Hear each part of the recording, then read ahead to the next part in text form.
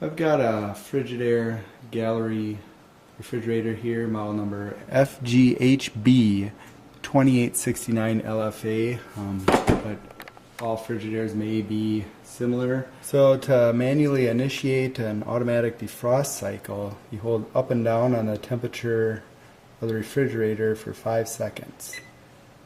2, 3, 4, 5. There we go. And DF will indicate the defrost cycle. Now you can just leave it here and let it run through its course. In maybe 20 minutes or a half hour, it will complete and go back to normal. Otherwise, if you want to cancel, you can go ahead and hit a button.